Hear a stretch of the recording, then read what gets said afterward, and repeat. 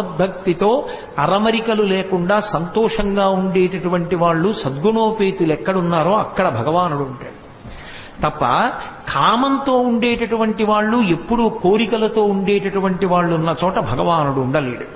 అందుకే మధుర అంటే తీయనైనది అని, మధురమైన తలంపులతో కంసుడు గత జన్మలో కాలనేమి కోర్కెలతో వెంపర్లాడుతూ కంసుడు మధురని పరిపాలించినంత కాలం కృష్ణుడు ఉండడు, నందవ్రజంలో ఉంటాడు.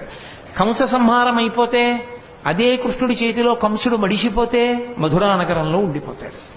అప్పుడు ఆ మనసు పవిత్రం, కంసుడు లేని మనసు పవిత్రం. మీరు ఎక్కడ అన్వయించేయండి అంతే.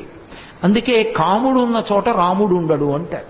కామకోటికి రామకోటికి తేడా ఏమి అని వారు పరమాచార్య స్వామి. కాబట్టి కాముడున్న చోట రాముడు ఉండలేడు, ఆయనకి చోటు ఉండదు అక్కడ.